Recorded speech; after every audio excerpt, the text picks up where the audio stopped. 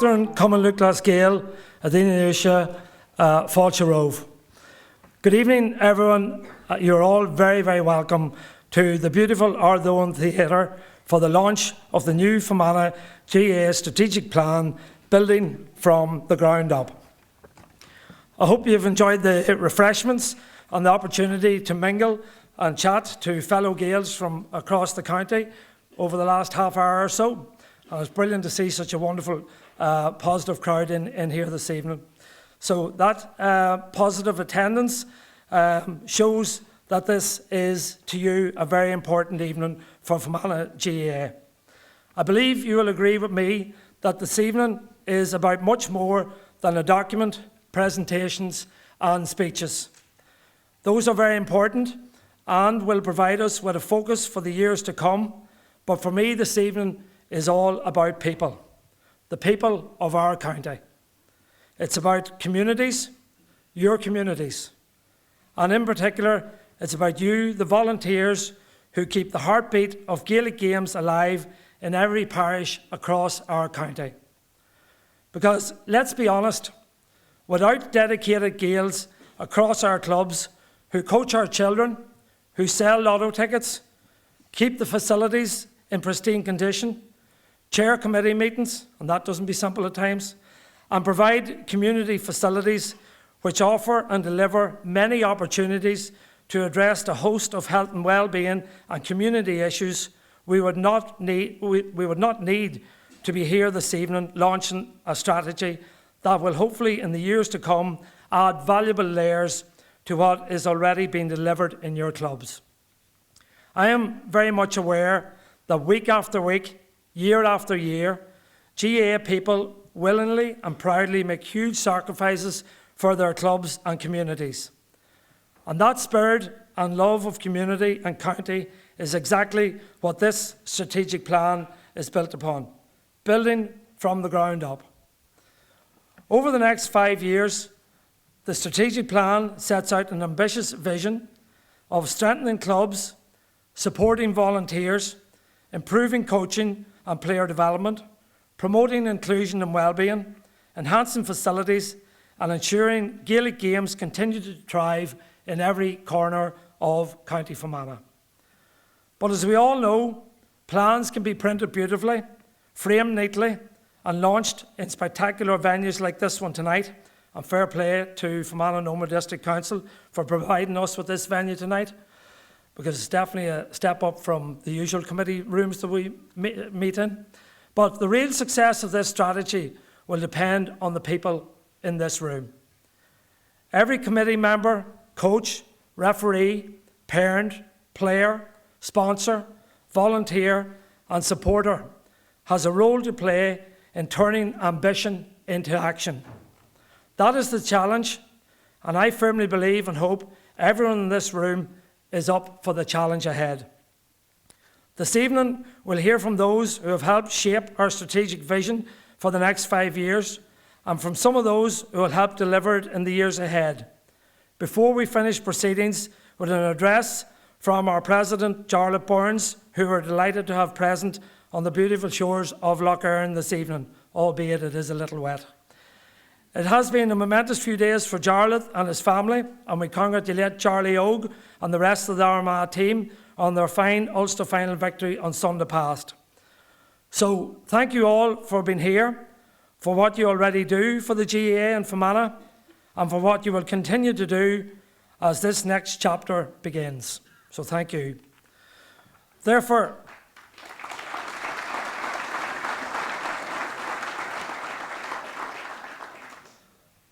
to formally begin proceedings, please welcome the new chairman, I suppose we can still call him new, of Fermanagh GAA, John McGovern, to come forward, who will address you. Big round of applause for John, please.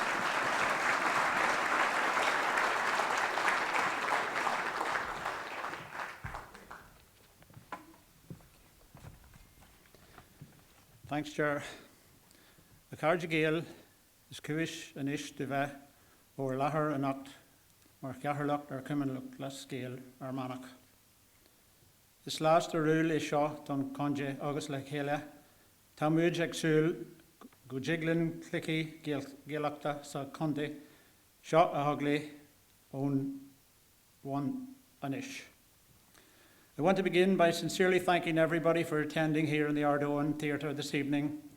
It's really very encouraging to see such a great turnout to this launch, and it gives us great heart going forward. Tonight is a very important moment for our association and for our clubs right across the county as we look to put in place the pathway to a brighter future. I would particularly like to extend a céad míle fáilte to the following people. Uachtarán Cumann Luclas Gael, Jarlath Burns, who has come directly over from Clonus, where Aidan Forker has just finished his Anglo-Celt speech.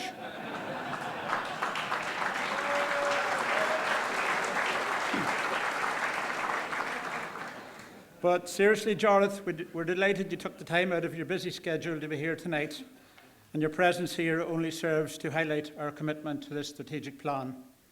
I'd also like to welcome the chairperson of Fermanagh District Council, Barry McLeduff, along with the Chief Executive, Alison McCullough, and the Director of Community and Wellbeing, John Boyle.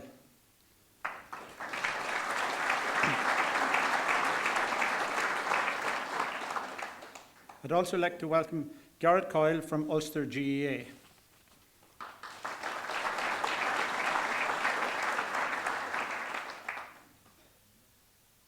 A welcome to our officers from Fermanagh LGFA, including Chairperson Mark Gallagher, Geraldine Gleeson, and a couple of members of our integration work group, Dervlin McHugh and Conor Meehan.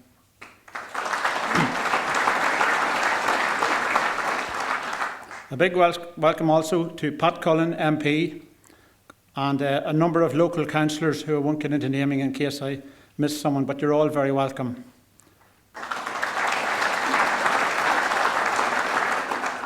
Fermanagh GAA will need you in the future because many of our rural clubs are facing real challenges with shifts in demographics and the stripping of local services bit by bit. Welcome to our long-standing sponsors and strategic partners, without whose continued support we wouldn't be able to keep things going. Welcome to all club officers, volunteers and members from every corner of Fermanagh. Your presence here tonight reflects the importance of what we are launching. I threw out a few challenges to clubs at the convention back in December. All those challenges are now in this plan. Now is the time for action. Much of the success of this strategic plan rests with you, the clubs. This strategy is about much more than a document. It is about the future direction of Gaelic games in Fermanagh. It is about recognising the challenges we face honestly and responding to them with ambition, confidence and leadership. The theme of this plan, building from the ground up, reflects what has always been the greatest strength of Fermanagh GAA, our club, our volunteers and our communities. For generations, ordinary people across the county have done extraordinary things for the GAA. They built pitches, club rooms and communities through volunteerism, sacrifice and pride in place. That legacy is something every club in Fermanagh can be immensely proud of. But we also recognise that the environment around us is changing rapidly. Demographic pressures, volunteer fatigue, rising costs, integration within Gaelic games, and increasing competition from other sports all means that standing still is not an option. This strategy sets out an ambitious vision for the future. Stronger clubs, better coaching, sustainable volunteers, modern facilities, thriving communities, stronger integration, and greater opportunities for every person who wants to participate in Gaelic games. It's an ambitious document, but what is wrong with ambition? Are we happy to coast along and just complain about things? Or have we the drive and vision to improve all aspects of Fermanagh GAA? If we achieve the goals that are set out in this plan, I guarantee you we'll be in a much better place. Whether it's the development of Ash Woods, improving the standards of coaching and player development, promoting our Irish language and culture, improving health and wellbeing, or strengthening our clubs, This strategy is built around creating long-term sustainability for Gaelic games throughout the county. But ultimately, no strategy succeeds unless people work together to deliver it. This plan belongs to all of us, our clubs, our volunteers, our players, our schools, our partners, our communities. If we continue to work together with the same commitment and community spirit that has always defined Fermanagh GAA, I firmly believe the future is bright. I want to finish off by thanking a few people. Firstly, Tiernan Mahan, who started this process way back at the end of the year, and then Phil Flanagan, who took it over after his appointment as operations manager. And he has put countless hours into producing this document in consultation with the various county subcommittees and stakeholders. I also want to thank Fermanagh Omagh District Council for the use of the Ardhowen Theatre tonight, and Phil, again, who put this night together. We look forward to working with you all to achieve our aims over the next number of years. Gura Mayogat Gulair.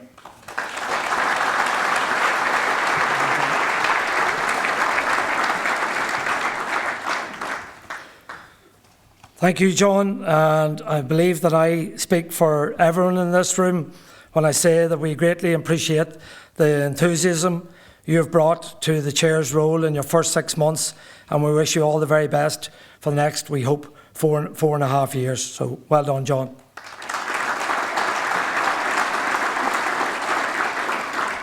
And speaking of Fermanagh GAA chairman, I think I noticed Brian Armitage coming into the room earlier, and I know Peter Carty had alluded to the fact that he may be with us here tonight. I'm not sure if he is. I know both of them men, as you will know, have served the county as chairman with great distinction, and both men have had a challenging few months health-wise, so we wish Brian and Peter all the very best, and we thank Brian for being here tonight.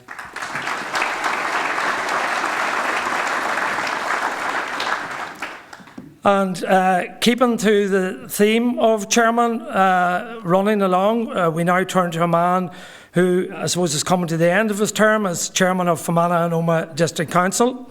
A man who needs little introduction. Barry McElduff, ladies and gentlemen, must be one of the most hardest working chairpersons in the north, and we're delighted that he has taken time out of his busy schedule to be with us this evening. I know him for a long number of years, and I know that he's a true Gael who hails from the famous Carrickmore Club. While Barry is heavily involved with his home club Carman, he also continues to reach out and help many clubs and communities in his role as a councillor and as current chair of the council. Also, of course, Barry was a noted footballer in his time, and I've no doubt he will, in his own modest way, allude to this in his address. So, ladies and gentlemen, let's give a very warm Fermanagh welcome to Councillor Barry McElduff.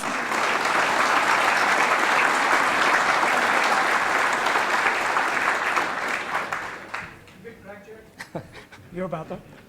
Not a bit soft yourself. Our mutual friend Peter Canavan says I'm the best footballer he ever heard. Isn't that right, Jared? That is right. Which I feel is very hurtful, you know. But anyway, Mark Ceathairleach, Cór Cantor, Fermanagh agus na Homwe, is more an owner Dusa Van Shaw. It's lovely to see the Uachtaran of Cummanluchlas Gael here. Irla has joined us this evening, and I agree with you 100%, Jared, about the impact that John and his team are making already in a short time. You know, it's great to see it. Sometimes in the town hall, I put my head in over the door of the chief executive, and you see the strong Fermanagh GAA people around the table, you know. And I withdraw from the room and phone Gervais and tell them what's going on. But it really is. There is a kind of a revolution happening here, which is great. And as I arrived at the Ardhowen this evening, I think it said on the poster, closed function. I didn't know whether I was allowed in or not, you know. So the strategic plan is really sound document. Ag Tógáil Own One and Níos Plan Strategia Cummanluchlas Gael Fermanagh. And I was just thinking, you know, you have every right to be proud as a GAA county. A couple of memories that I have. I happened to be in the Green Isle Hotel the night before a very famous match in Croke Park where Fermanagh put it up to Dublin. What year was that? 2015. 2015, was it? Yeah. And Pete McGrath, got chatting to Pete McGrath. I'm a great name dropper, by the way. You'd swear I know everybody around the country. But also, and I know you don't single out players, but Darren McGurn's performance there in Brewster Park was something else in recent weeks. A lot of the players played really well, but I have to say, was it 112 he got? Yeah. Jesus, 112. Where would you see the like of it? You know, it was really unbelievable, wasn't it? You know, and so I got a big cheer in First Fermanagh the other evening when I said my speech is going to be short. Isn't that right, John? Do you remember? And you took the cue as well, you know. And but it's lovely to visit clubs, and you know, like most recent in this county, I had the privilege of visiting First Fermanagh the other evening, the opening of their enhanced pitch, you know, 2 great pitches now, and then to visit Co O'Dwyer's last week as well. They're a proud outfit and a very small catchment, but Angela made tea for us and all, it was great. And I would be personally familiar with at least 3/4 of the clubs in Fermanagh, and I'm going to make it my business till quietly, without any fuss, visit the remaining clubs, you know, that I wouldn't be as familiar with. But there was one public holiday Monday there a few months ago, and I had nothing in my schedule for the day. And I rang Seamus Green, and I said, Seamus, I want to visit Heber McMahon's. And then I had Drumsea, and it was lovely, you know, great way. How otherwise would you spend your Monday? And then, see all that business about funding, you know, everybody wants funding. And the Trojan effort, Tracy, of people selling tickets is just unbelievable. You did. I called into your club the other day. I did. And I've even proof. But we're all into this, aren't we? Showing proof. We're keeping our tickets on the fireplace, aren't we, in the sitting room? You know, don't you? You all keep them in the fireplace and you go back into the, swear to God. I know you bought a ticket, but you didn't buy one of me, is the response, usually. But there's one person, if anybody didn't mind, I would mention tonight, that I knew personally well, was Danny Murphy, previous Ulster Council Chief.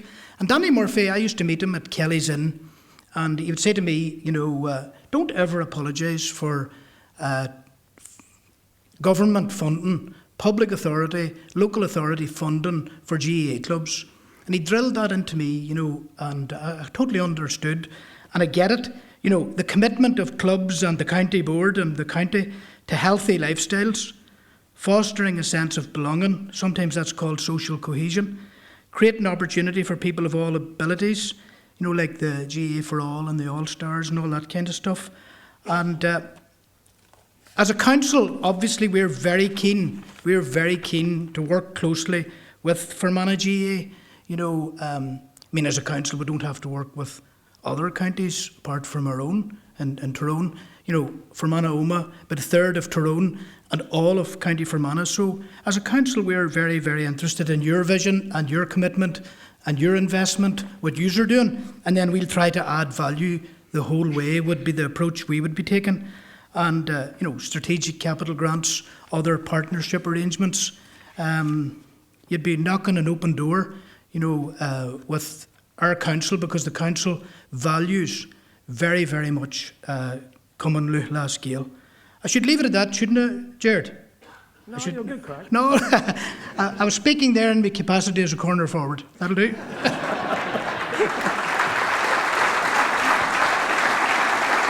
Give it up for the one and only Councillor Barry McElduff, Chairman of our Council.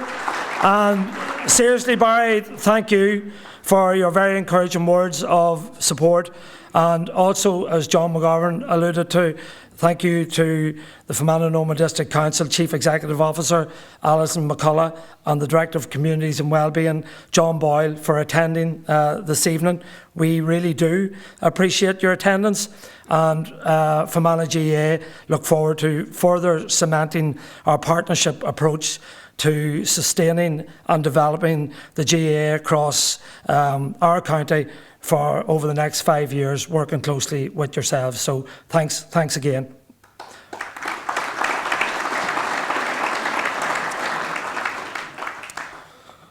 Now, I would like to welcome a man that I've got to know over the past few years. Gareth Coyle hails from Monaghan and is the PRO for Ulster GAA, which, let me tell you, is a very, very busy post. In his role, Gareth plays a key role in promoting and supporting Gaelic games across our province. He's a strong advocate for our clubs, counties and communities, and we're delighted to have him with us this evening for the launch of our Fermanagh GAA strategic plan. He's on my heels here, a bit like the Monaghan boys after Armagh the other day, so I'll move aside and ask you to give Gareth a warm welcome.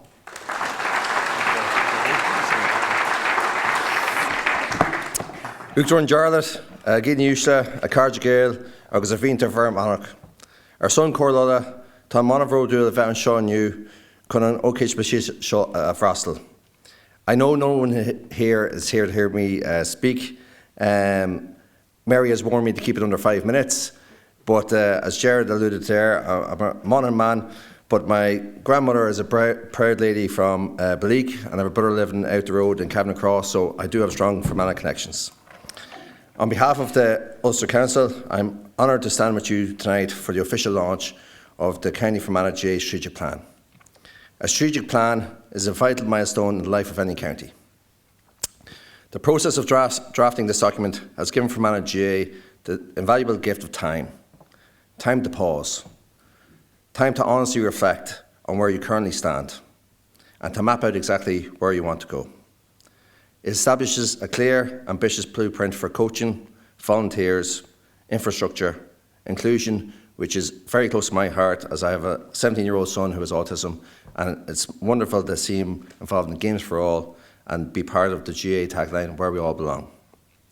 Culture and community integration. These are things that ultimately create long-term success. However, the real work does not end tonight, it only begins. We must be entirely candid about the challenges ahead. History tells us that many a strategic plan gathered dust on a shelf, becoming an expensive ornament rather than a catalyst for change. The greatest threat to any strategy is inertia. Fermanagh faces unique systematic challenges, from demographic pressures and volunteer burnout to securing continuous funding and competing with modern distractions for the attention of youth. As a PE teacher at St. Macarons College, I'm only fully aware of distractions that our teenagers face in the world today. To overcome this plan, building from the ground up, cannot remain a static piece of paper. It must become a living, breathing document. It must be embedded into the daily operations of every club committee, every coaching session, and every county executive committee meeting. It requires active ownership, constant review, and the flexibility to adapt when roadblocks appear. In Gaelic games, the margins between success and failure, between winning and losing, are often incredibly slim. We saw that again last weekend when my own County Monaghan, coming agonising close to the Ulster title, much to the delight of Uachtaráin Jarlath. Fermanagh continues its pursuit of that heroic first Ulster Championship success. But Ulster GAA pledges its full unwavering support to Fermanagh throughout this journey. We have total confidence that with the resilience, the passion and the collective work ethic that defines the Iron County, you will bring these words to life. Together, let us ensure the plan drives Fermanagh GAA to impressive heights. Gurmia Malagal Galer for Malach Abu.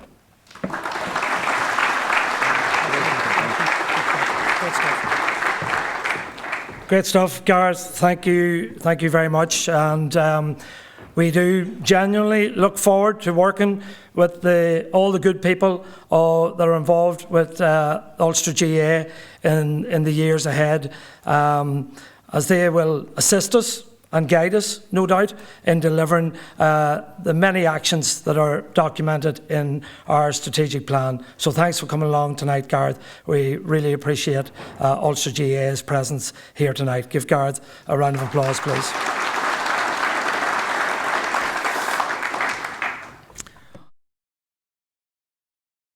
Okay, our next speaker, a man who needs little introduction, is our county's new head of operations, or before these fancy titles came to the fore, he's probably our new county secretary. I think that's the role. Phil Flanagan was appointed to the role at the start of February, and he is certainly not letting the grass, or maybe it's rushes, grow under his feet. He has, as John alluded to, he has accomplished a great deal in his first 100 days, and in particular has put in a Trojan effort to draft the strategic plan that we are here to launch tonight. Therefore, there is no better man to present an overview of the document than the author. Ladies and gentlemen, please welcome Fermanagh GAA's new Head of Operations, Phil Flanagan, to the stage.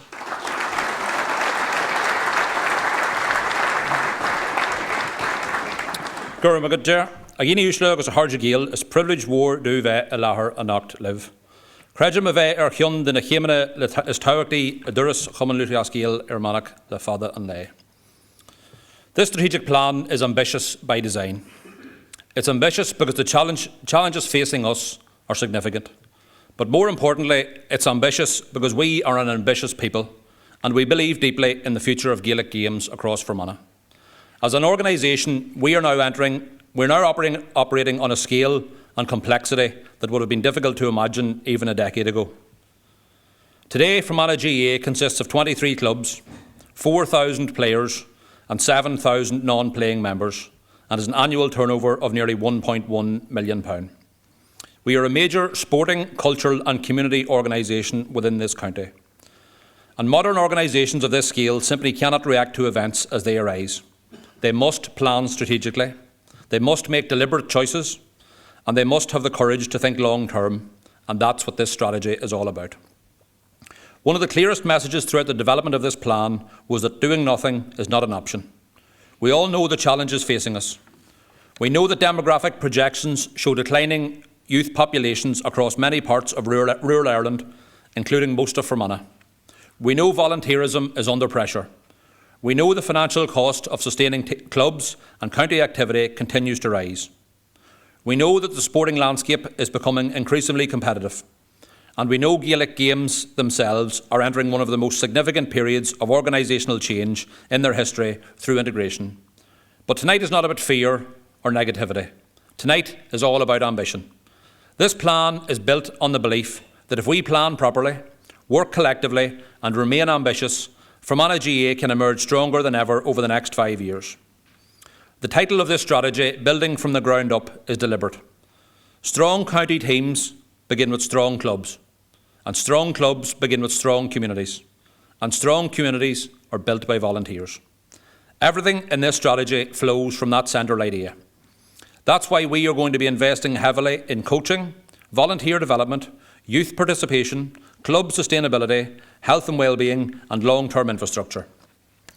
One of the strongest themes throughout this strategy is our determination to raise standards of coaching in Gaelic games within Fermanagh. We are very, very ambitious about where we want our games to be. That's why we are committing to establishing a football review and performance work group led by an independent chair to develop a clear, actionable roadmap to improve the standards of club and county football. We will develop and implement a 5-year games performance plan to improve competitiveness at all levels. We will implement the previously agreed new structure of adult club football. We will establish a former player ambassador programme to mentor current players to support schools and clubs, as well as being involved in promotion, fundraising and community engagement. We will adapt our games programme to meet the changing demographic situation. We will invest sustainably in our inter-county teams, with the intention of our senior footballers being regularly in the top 16 teams in Ireland and our senior hurlers operating outside the lowest tier in hurling. And we will also develop a dual player management policy from minor upwards. We want to create an environment where players and clubs can thrive. But we also recognise that sustainable success begins with coaching. That's why this strategy commits us to improve the standard of coaching through a further expansion of formal coaching courses. Level 1 will be seen as a starting point for coaching a team. There will be continuous professional development opportunities. We will create a community coaching practice with quarterly workshops. We'll continue to have an annual coaching conference in the county. We will expand upskilling workshops for teachers, and we will expand after-schools Gaelic games programmes. We'll also develop and deliver a dedicated hurling coaching action plan, expand the delivery of centralised and regionalised hurling activity. We will seek to reprofile funding from Ulster to appoint a dedicated county hurling development officer, and we will roll out a referee recruitment and retention strategy, because without coaches and without referees, we don't have any games. There is much good work going on in relation to coaching in games, but without those involved in coaching, we wouldn't need a plan. But the reality is that we have too few people involved in both football and hurling. As clubs and as a county, we need to provide much more support for those that have an interest and a passion for coaching. We need to recruit additional coaches, but that is not where the journey ends. We need to encourage, motivate and retain them, always challenging them to push for better and help them to improve themselves. Developing facilities, even when it is a multi-million-pound project, can be a relatively straightforward process. Go out and fundraise. Maybe get lucky and get a £100,000 grant from Fermanagh and Omagh District Council or more. Secure planning permission, appoint a contractor, and away you go. A clear timetable, measurable targets along the way. All 22 of the 23 clubs in the county with facilities are currently undertaking development works or about to begin a major development. But tackling the challenges we face in coaching in games, player development and improving our competitiveness is a much, much bigger obstacle. And it is one that will require a much greater amount of attention, resources and leadership in the coming period. It is much harder to track, to measure progress and to see the results of your work. But it's vital that it's done. Coaching in games will be covered in further detail in the first panel discussion shortly. And it will be the subject of intense focus over the coming weeks and months with the establishment of a dedicated and resourced work group to provide solutions. We can all see what the problems are. It's much harder to identify the solutions. And there is not one single cause of why we are where we are, and there is not one single solution either. But what we are saying clearly tonight is that Fermanagh GAA intends to invest seriously in coaching excellence by setting high standards. The days of any old thing will do rightly are gone. We must set ourselves a higher ambition. Another major theme running through this strategy is infrastructure. If we want Gaelic games in Fermanagh to grow and compete, we must invest in the physical infrastructure needed to support that ambition. For generations, clubs across Fermanagh built facilities through voluntary labour, fundraising and local determination. Many of the pitches and club rooms that we now take pride in were delivered because local communities stepped forward when others would not. This strategy recognises both the scale of that achievement and the need to continue building for the future. That includes supporting clubs with long-term facility planning, improving accessibility and sustainability, maximising external funding opportunities, strengthening active travel and community use, and delivering modern facilities capable of supporting participation, coaching, well-being and performance. And the development of Ashwoods will be central to that vision. But this strategy is equally about strengthening infrastructure right across the county, because thriving clubs require strong facilities at a local level. Ní féidir tócaí láidir a thógáil gan búnas láidir. The same ambition applies to volunteer recruitment, development, retention and succession planning. As has been said, without volunteers, there simply is no GAA. So the strategy in relation to volunteers includes a county volunteer strategy, improved recruitment and retention systems, leadership development and greater recognition and support structures. We're also committing to a referee recruitment and retention strategy because referees are absolutely critical to the future sustainability of our games. This strategy also recognises that we must think differently and plan further ahead. We cannot simply wait for challenges to arrive. We must anticipate them and meet them head on. The creation of a dedicated full-time hurling development officer represents a major statement of intent regarding the future of hurling in this county. Similarly, the establishment of a demographic analysis system reflects a recognition that long-term planning must now be informed by data, trends and evidence. The challenges of volunteering and demographics will be a topic for the second panel discussion later on in the night. And this strategy also recognises the wider role of the GAA beyond sport alone. For generations, the GAA provided communities across Fermanagh with an opportunity to celebrate Irish identity, language and culture, and that remains the case. The actions contained within the Irish language and cultural sections of this strategy are not symbolic additions. They are core elements of who we are. Our culture, our janga, our winunacht. The strategy also recognises that the GAA has a major role to play in supporting wider community well-being. Through our clubs and in partnership with others, we will help address a wide range of issues, including mental health, physical inactivity, rural isolation, cancer prevention, smoking cessation, inclusion and ending violence against women and girls. That's why we are committing to deliver a strategic health and wellbeing programme aligned with the priorities of the Public Health Agency, local government and the wider GAA. This is about the Gaelic Games continuing positively to the social fabric of our county. Another defining feature of this plan is preparing for integration. The integration process across Gaelic Games represents one of the biggest organisational changes in generations, and we intend to approach that positively and proactively. Our integration roadmap focuses on sustainable financing, facilities, governance, fixtures, and strengthening the one club structure. We want integration to strengthen Gaelic Games across the county for everybody, but we must be honest about the financial realities associated with integration. Fermanagh GAA already faces significant challenges in sustaining 6 inter-county teams across multiple grades in 2 codes. As integration progresses, there will inevitably be a demand from some quarters that all teams should receive equivalent standards of preparation, support and resources to those currently provided within the GAA. Fermanagh GAA fully supports the principle of fairness, equality and appropriate investment across all codes.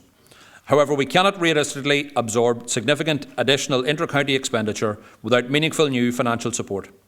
It is simply not sustainable for counties like Fermanagh to absorb the full additional financial burden of integration without substantial new investment and support.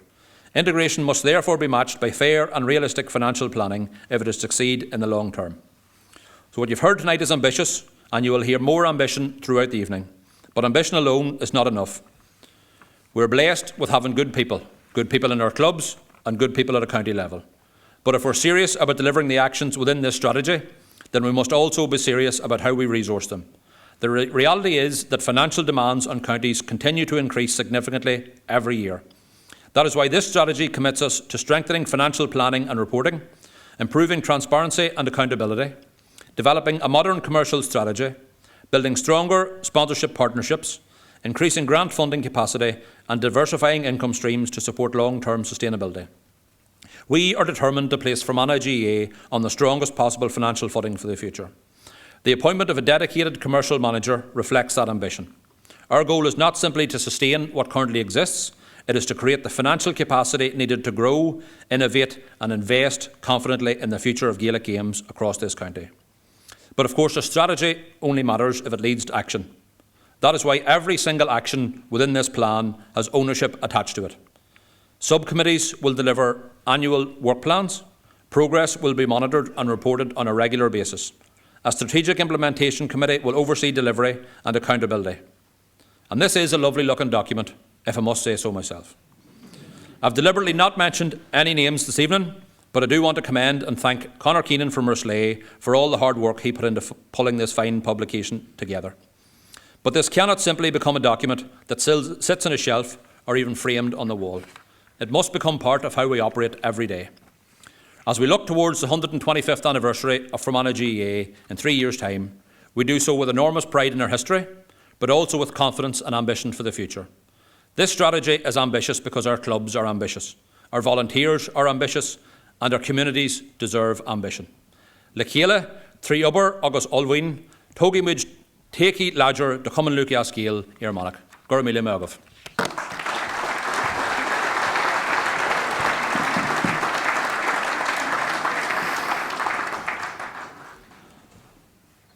Excellent, Phil. Thank you very much. I think every time you see Phil over the next 5 years, you will see that underneath his arm. And rightly so, because this is our guiding vision and strategy right up the start of the next decade.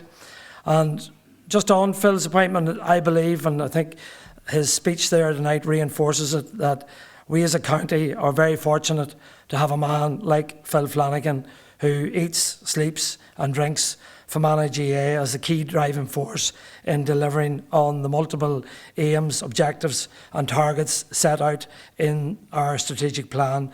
And again, I believe I speak for all the Gaels in this room this evening in wishing Phil all the very best in his new and really very important role in the years ahead. Give Phil another round of applause, please.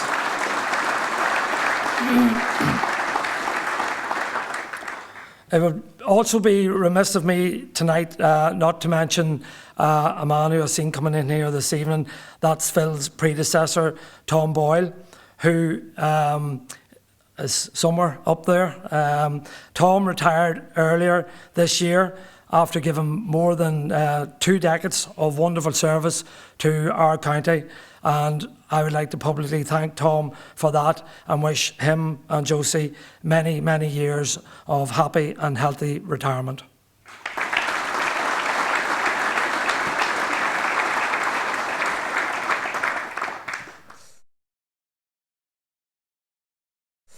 So, Phil alluded to our fireside chats, so something a little bit different.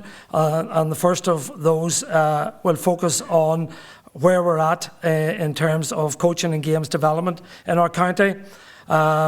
We have 3 people who are very well equipped to speak on this subject, as we have our Coaching and Games Development Officer, Stephen McElrowan, our County Games Development Officer, Teresa McNabb, and our County Under-20 Manager, Ronan Gallagher, with us tonight.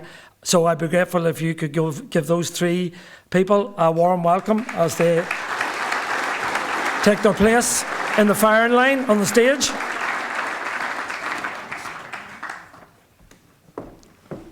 Ronan, welcome.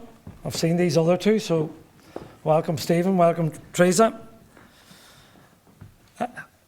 Stephen, I'll start with yourself. Thanks to you all for joining us here tonight.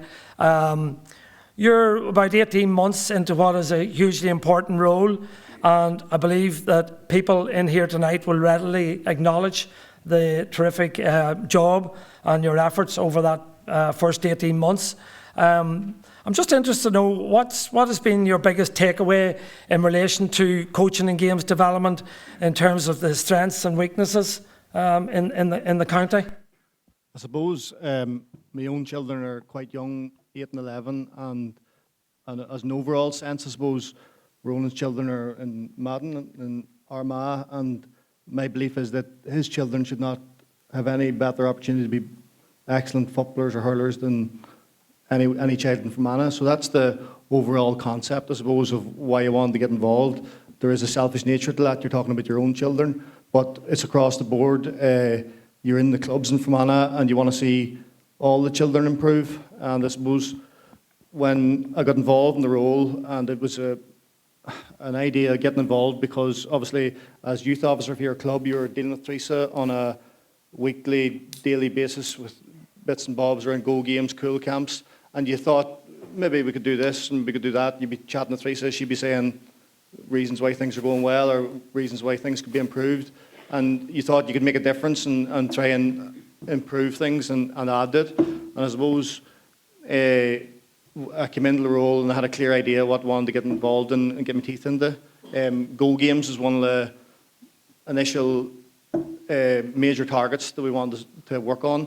There had been a Go Games programme set up for years, obviously, but you're again benchmarking across Ulster. You're looking at Thrones Go Game programme, Donegal's, which are quite close to us, and you can see what they're doing well and how they're improving. And I really wanted to expand, I suppose, the Go Games programme in the county, and we increased the number of blitzes and really targeted clubs who weren't intending to try and engage them to engage in the blitzes.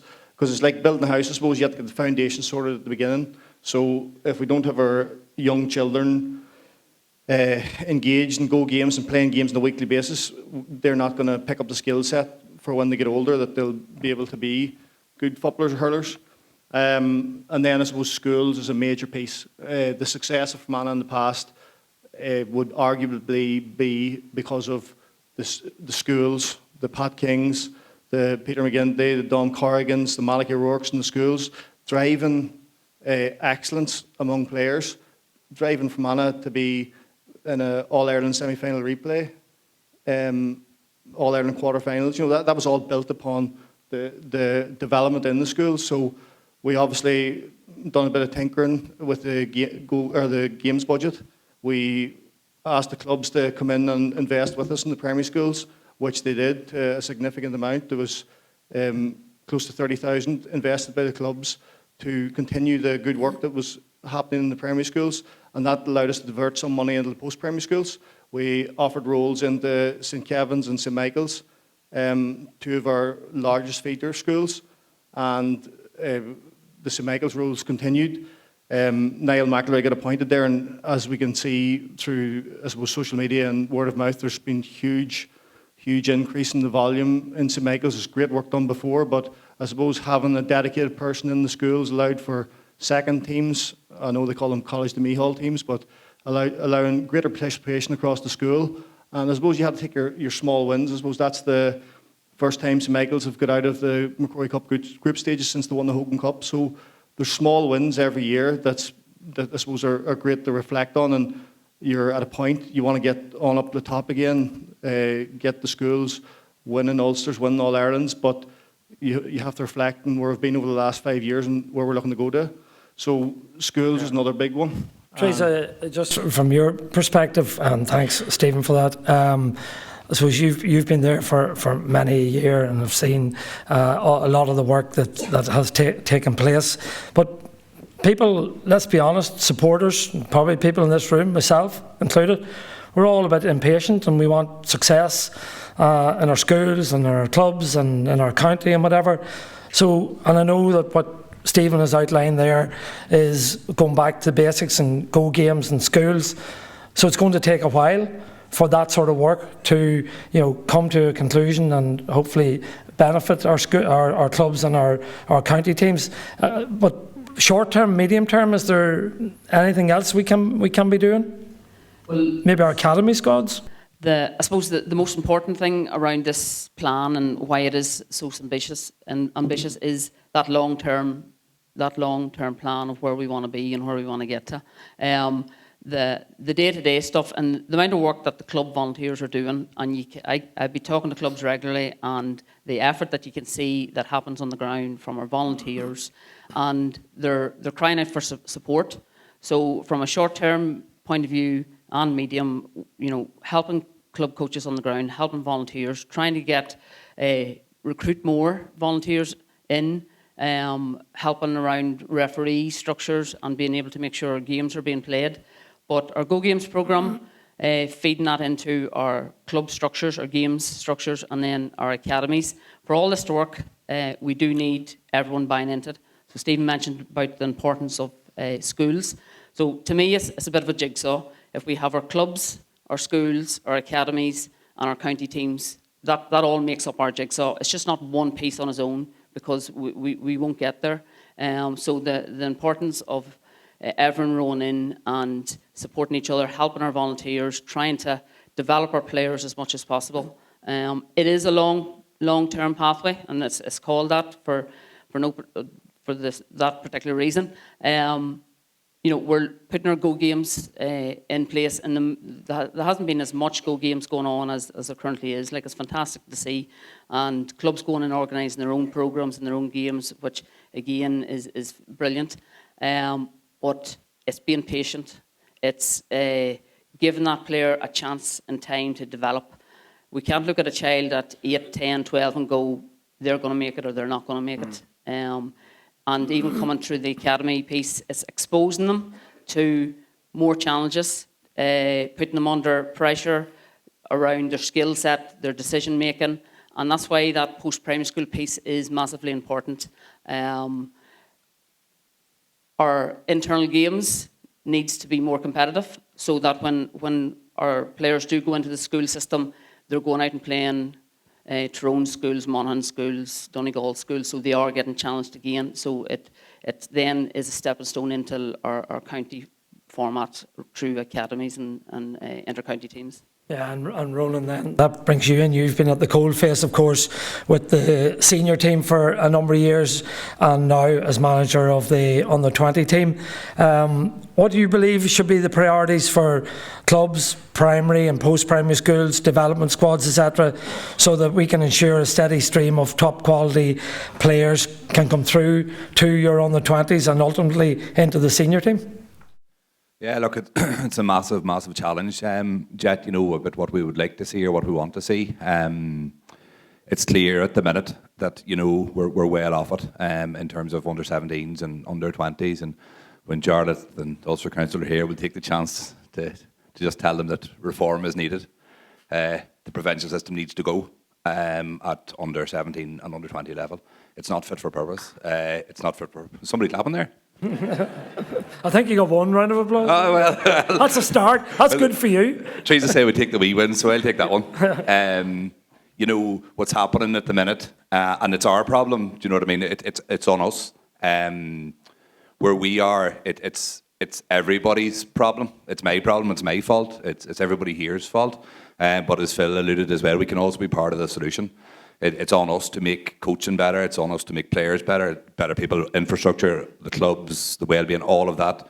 But from a coaching point of view, it's on us to produce players in an environment where we can compete against other teams and other counties. Obviously, it's just not happening at the moment. And in terms of that, like it's what we need to do is just improve the standards all the time. And you know that's as simple a thing as, you know, you see a big player and you say, geez, he's a good player, but you neglect the coaching. Or you see a fast player and you stand on the sideline and you say, geez, he's some footballer, but the skill level's not at the level it should be. Like, and I saw that this year with under 20s. Like, we had some really fast players, but geez, he's a good player, but you know, struggled with the skill level. So if you did a 360 analysis of the skill level that exists, you know, within the player. So don't stand, and we can't all stand on silence and say, oh, Teresa said he's going to make it or he's not. And I know, like, if you look at the Armagh team at the moment, and as the under-20 group, we looked at them a lot this year and we referenced them a lot. And, you know, like, people sort of maybe look at McGeaney and think, oh, Jesus, you know, they're strong and they're fit, and they are all of that. But the individual skill level and the individual dedication to getting better in every single aspect of Gaelic football that they have is phenomenal. And we've won from Fermanagh. There's got to see Finbar here as well. Gabriel's lad was in the extended Armagh squad, so we've won Ulster medal anyway. So we'll claim that one. We could claim a bit of Darren McMillan as well. Well, we can. Well, I was secretly hoping that Porrick wouldn't be called into the Armagh squad and make come and play for us, but he is. But look, Jed, it's a massive challenge. But as I say, and Phil alluded as well, look, there's good people in Fermanagh. There's a lot of good people. And like, I know, just see Shane here and Marty's here, boys that I would have played with.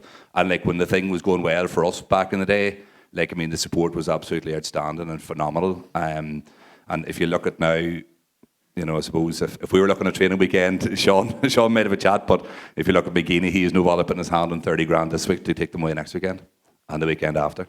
But just not the Carton House. So, right? Man United might be there. So what do you see then as the unique circumstances that Fermanagh GAA have to encounter and deal with? Well, obviously the demographics and finance will be the big thing. Like, I mean, and I know, thank God we've got a new commercial manager who's going to solve all our problems. But again, I do think as well, I think there is a responsibility as we move forward in the next 5-10 years on the GAA to recognise, you know, we're putting out the same number of teams as Derry and Tyrone and Armagh, but we've got not even God knows how many, you know, comparative-wise businesses who support us, you know, just numbers-wise. I think that's a massive challenge, and I do believe a sliding scale funding model from Croke Park, where more money goes to counties who just find it more difficult to access that type of funding. So I'm sure if Sean Burns was handed 100,000 every year to say, right, you need to spend that on the under-17s and the 20s in terms of getting a nutritionist, getting maybe outside expertise in former players from other counties to come in and work, you know, do real, not box-ticking nonsense, real on-the-ground work. I think that'd be a massive yeah, because we are struggling. Let's be honest. We want this to be, you know, a night that we celebrate all things good, but we can't hide away from the problems that we are encountering at the minute with our under-17s and even our development squads and on the 20s. Yeah, 100%. Like, I mean, the county board do so much for me and for everybody, and the support is so well. But I do believe that external funding for ourselves, you know, smaller counties, Leitrim, Carlow, Longford, you know, counties like that there, that you do get that extra little bit, you know, like, it makes you sick. And I know Dublin's big and I get all of that. But when you see the numbers that are printed in the media, you'd be physically sick at the amount of money that's went to Dublin in the last 20 years. And I know we're smaller and I get all of that. But I think we all need to realise what is happening. And Phil talked about the demographic and the future and all that. What is happening is counties like Fermanagh are finding it really, really difficult. And but again, I'll repeat again, it's our problem. It's my problem. It's your problem. It's everybody's problem. And like I've heard everybody in this room blamed for Fermanagh being the way it is, you know, and but it's on us to make it better. But I think proper, structured support from outside would help. I really do. Okay. Stephen and Phil alluded to this in his address. The first key action in the strategic plan is to establish a football review and performance work group. Some sceptics, maybe one of them myself, might say not another work group and not another report.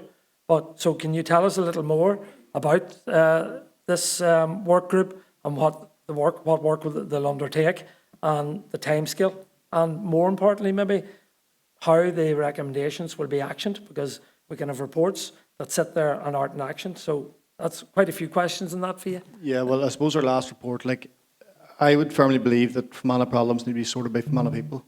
And we can't be going to professors and universities around Ireland asking them to do a review for us. It needs to be Fermanagh people on the Football Review Committee dealing with the problem. And independent chair is due to be appointed in June. So we will announce that to the clubs in June. And then we'd have a clear engagement period and have recommendations ready for the end of the year. And then they would be implemented into the coming season in the new year. And, you know, a number of them changes will be around the games programme. That's a clear hot topic at the moment. With reducing demographics, you know, it's clear to be seen with the two reintroduction of amalgamations this year. Thankfully, clubs are starting to see that there's no point in playing the 4-year age gap to field out teams. The quality just isn't in the games. It's like a 7-a-side match. The big boys are running up and down the middle, and then when they come to under 17s or under 20s and they get challenged, they just don't have the skill set to be able to deal with it. And that's one of the main reasons why we're not able to compete, because of our internal domestic competitions. And there's going to need to be changes in that regard. But that will be up to the Football Review Committee, which will be significant people involved in it, and there'll be a good independent chair. So it's not the same message for myself and Teresa all the time, that there's somebody independent reviewing the information. So a report by the end of this year. This year, yeah. And then the recommendations to be delivered in 27. Yeah. Very good. Very good.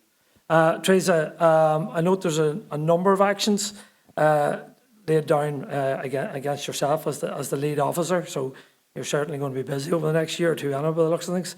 Actions such as strengthening winter underage club and county activity programmes, develop and implement a 5-year games performance plan, develop a dual player management policy, develop and implement a plan to strengthen minor to under 20 to senior transition.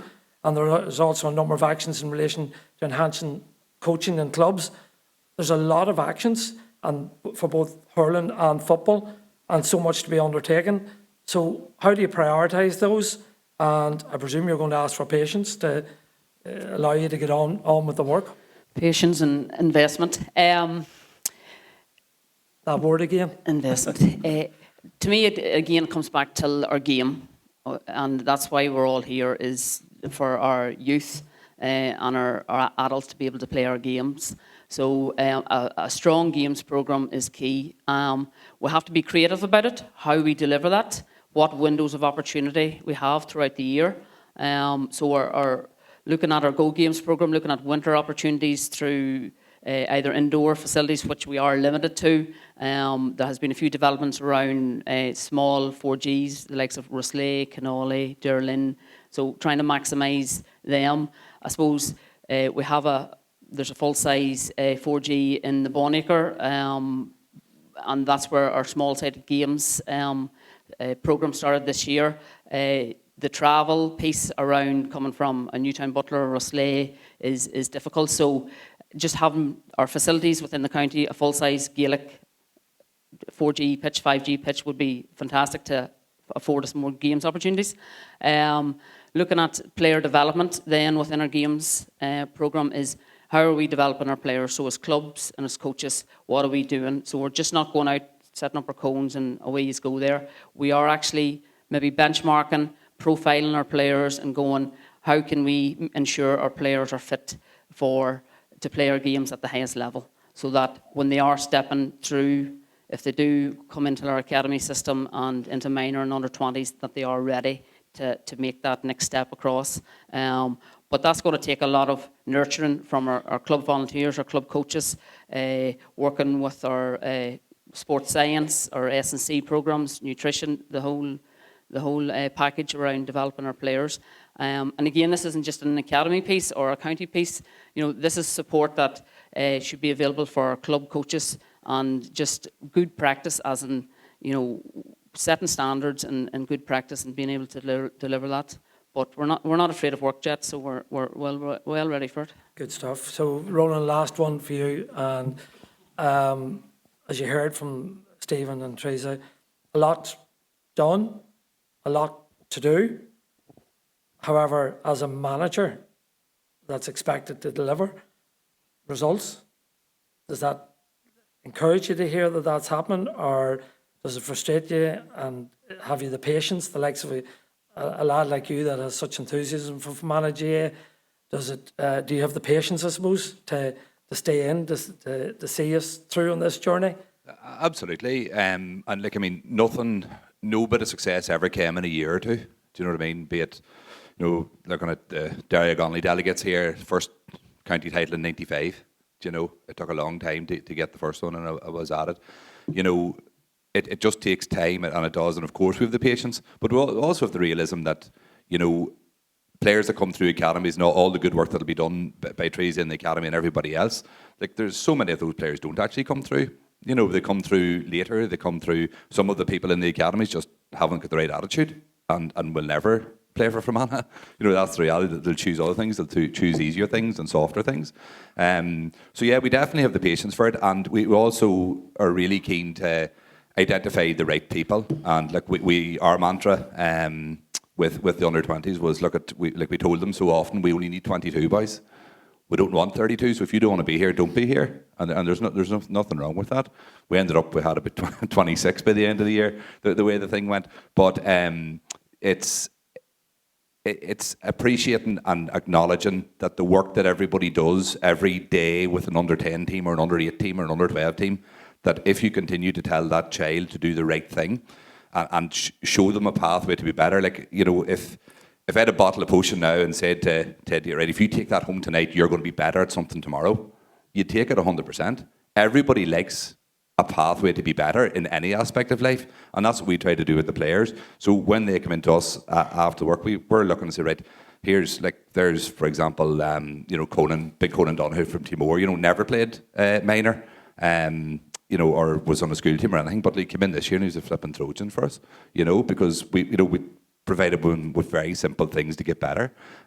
So that's the overall challenge. And look, to answer your question, we have the absolute patience. We appreciate what's going on, but we also realise that it's our job, as soon as they come into us at 17 and 20, that we provide that pathway, right, very honestly and openly. Here's how you can get better, and we'll do our best to do it. And it's a long road. There's no doubt about it. And I remember full well, and I'm a bit obsessed with Armagh, by the way, and the under-20s, I tell you that. I remember I was in the athletic grounds the night Kieran McGeaney was announced as manager, whatever amount of years ago, and there was a rapturous applause, and I think his words were, look, it's going to take a bit of time.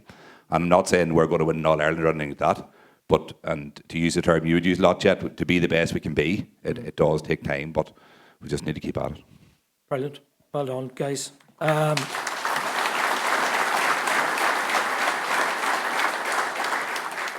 You can see and hear the passion and the enthusiasm that our three guests have for our county, and we thank you all for the work and the effort that you're putting in as volunteers in our county, and we wish you the best of luck in the months and years ahead. And thanks for joining us on stage tonight. Give them a big round of applause, please.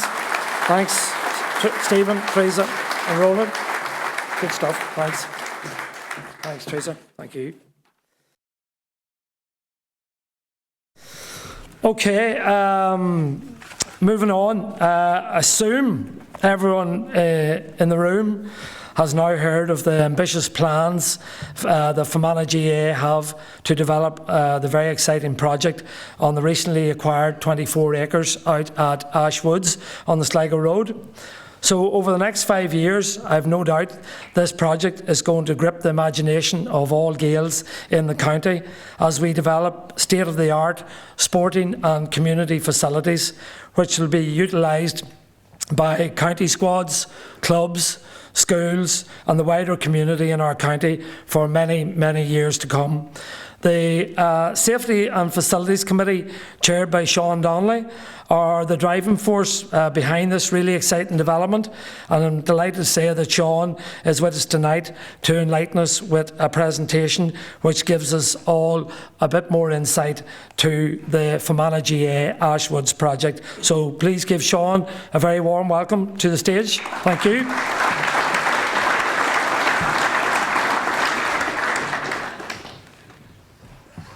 Come on. So, thanks very much, Jet. First of all, I just want to say it's so encouraging to see such a big crowd here tonight. It's been very encouraging for us on the committee, and indeed for all the clubs to really attend this in such numbers is fantastic. So well done, everybody. And secondly, it is a committee, it's not just one person, so we have a very, very capable committee. We have Seamus McMahon from Roslay on the committee, Laurie McCusker Ballinalack, we have Jet, Phil, John McGovern and the more than capable and unsung hero in Fermanagh, Sean Burns, on our committee. So we have a very strong, ambitious group who intend to deliver on this project. So I'm not going to keep you very long. I'm just going to run through a few things on the Ashwood, which is our flagship project, and then on the couple of pillars of the infrastructure plans. So let me put on my glasses. Can I see this now? So there's 3 pillars here within the strategic plan. So the first pillar really is playing facilities. And really that involves really close communication and liaison with our clubs. We have already had a seminar early in the year with the clubs, and we intend to have another one later this year. So that really, we want to develop a really strong communication pathway with our clubs to encourage and help them deliver on their facilities. Now, as Phil alluded to earlier, all clubs are at some stage involved in ambitious projects, and we want to really get involved with that and help that. And the last point there, and Teresa mentioned this, we really also want to add another 4G full-size GAA pitch, ideally in the south of the county. Obviously at the minute we've one in Irvinstown. We have 4G facility at St Michael's, albeit it's not full-size, and really we could do with another one in the south of the county. So we are working on that behind the scenes. The second pillar of our strategic plan is Liston and Brewster Park. So obviously with Brewster Park we've had a few upgrades recently with really the new seating and in conjunction with Enniscale and Gales, who have a very strong relationship with. We're developing, upgrading the toilets there. That'll be happening this year, and alongside their community and new community hub. I suppose the key missing element there is upgrading the pit lights to LED lighting.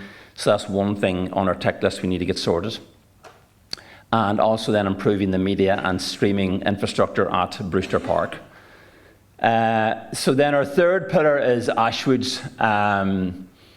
And I'm just going to sort of really go through in a bit more depth where we're at with Ashwoods and where we intend to go. So I suppose just alluding to the good and the bad. So obviously that's our new LED lights with great help from the Ulster Councils. We've got a grant there, and that's the new LED lights up at Liston now, which were installed there earlier this year, so a fantastic help. The downside, we have 2 pitches at Liston, and that's what we're training on there. Now, albeit it's not like that all year, but we have 2 pitches which are completely overrun, and come February, March and April, that's what you end up with. So we desperately need to upgrade our facilities, and as Ronan alluded earlier, that's on us to sort it out. So, you know, we work closely. Now, that's obviously taken on a bad day, but, you know, really, the pitches over there, 2 pitches at Liston, are completely overrun. Completely overrun. So, how do we sort it out? So, again, why we need Ashwoods? So obviously, insufficient pitch capacity, just not enough pitches for our county teams, development squads, and all our codes. And remember, we have the same amount of development squads that any of the bigger counties have, from your Donegals to your Tyrones. Complete over-reliance on Liston and club grounds, and it's harder to get club grounds, and including our own, and that's understandable, because clubs now put such pride and resources into their own pitches. They don't want them wrecked in January and February, because you wreck that January and February, there's no grass growth to May. So it's harder to get facilities. And then obviously climate change, weather disruption. We all see that, and that's just going to continue. And the last point there, we have no dedicated performance environment. So we're lacking a proper S&C recovery. So just proper, modern, fit-for-purpose facilities. We just don't have them. What we have at Liston, so we have 2 pitches, both floodlets, 2 change rooms. Downside, that site is completely landlocked by one landowner, and poor single lane access up to it, and there's no scope for expansion. So really, we have no choice to maintain and keep Liston, but we need a twin site location. Like if we were to scrap, like I mean, to put 2 pitches and facilities up there, you're talking £2 million. We're not going to scrap that. So it's a twin site strategy is the way forward. And again, gladly last year we were able to purchase the land on the Sligo Road. So just any, where is it in Sligo Road? You all know Ashwoods Garden Centre. Turn right in there, and it's about just shy of a kilometre in there on the left-hand side. So right on the edge of the town. Very, very good location. So this is the vision. So 3 pitches, full-size performance hub, small covered stand to host club games, community walking routes, and that's really what we intend to end up with at Ashwoods. This is our building, which is, you can see, you know, just a proper sized gym, multi-purpose hall for video analysis, team meetings, boardroom, covered stand, and obviously environmentally friendly with solar panels. So what do we deliver?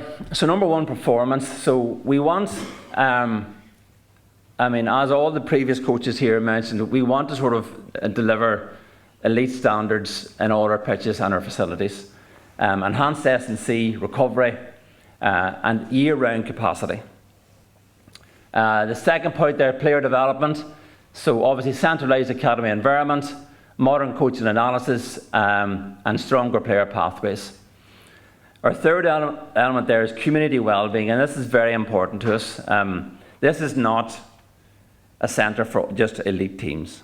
This is for everybody. So it's for all our clubs, all our schools, all community groups, okay, and access for all.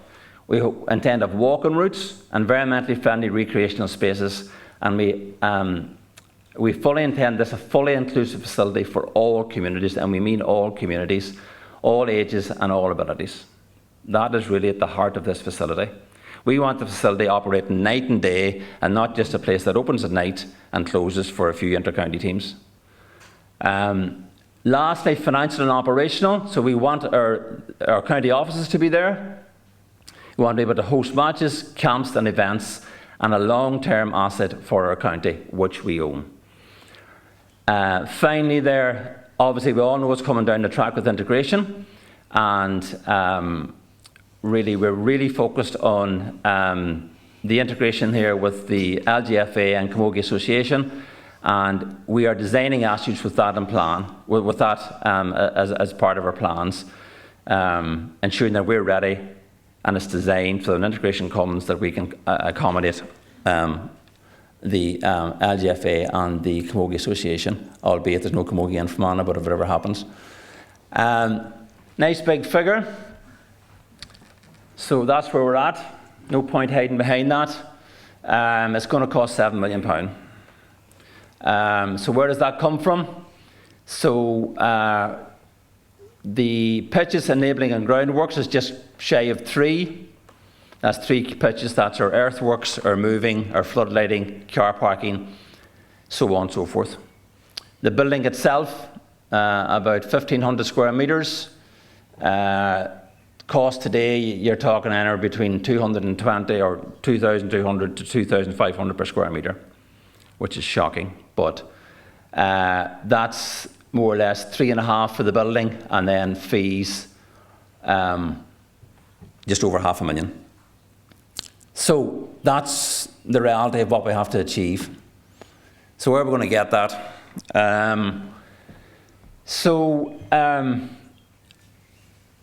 On our left there's a sort of a bullet point of where money intends to come from. And again, Ronan mentioned about the fact that, you know, and I fully agree with him, that we should be better compensated in Fermanagh than in parts of the bigger counties. We put out the exact same number of teams and squads as the Tyrones and the Donegals and the Armaghs of this world, but yet we have reduced income. You know, we've only 23 clubs, I think Tyrone to 54, you know, so on and so forth. You know, even like the money Tyrone TV brings in to what Fermanagh TV brings in, gate receipts, you know, and that's both at club championship and indeed at the inter-county games. You know, we're way reduced, but yet we're expected to produce the same facilities with reduced income. So there's an unfair disparity there. And to me, when you go like I know we're due to meet Croke Park, that we should be getting more than the likes of the other counties who have an unfair built-in advantage for income generation. Second point there is also council grants, which we have received some from. We're very grateful for those. Third, Fermanagh Oban District Council, who we have a very strong relationship with, and I'm delighted that Alison, John and Barry is here tonight. Fourth point is Club Ernia. So obviously the appointment of Jed as a new commercial manager is a key role in that. Our next point is our business and philanthropic, I get tongue twisted on that word, donors, which again, they're small in this county, but we're ever grateful to them because they're so generous. Sponsorship and naming rights, and then we're going to have to go on a level of borrowing, no doubt. Timeline, that's 5 years. Very ambitious, but we intend to go at it and try and achieve it in this time frame. So really, this year it's all design and planning. That's really we're totally focused on. Take a year to get that done. And then really 27 to 29 construction, and then hopefully 2030 or shortly after it will be operational. So again, just a few more images from Keys and Monner Architects. So that's the building, obviously lit up at night. And I must say, up on the site there, we're up on the site there last Friday. And it's really sells Fermanagh because you can see Belmore Mountain on one side and Colgate at the back. So it's very, very picturesque setting. That's the front of the building, so just a small seated stand overlooking the main pitch, which we intend to be able to host some club games and so on and so forth. So really, we see this as a strategic investment in our sporting future. And again, the next point there, really, we see it as for all. Our county teams, our clubs, all communities, and our schools. And we intend to provide modern facilities and a shared home built for integration from day one. So that's me, and again, thanks very much for the time.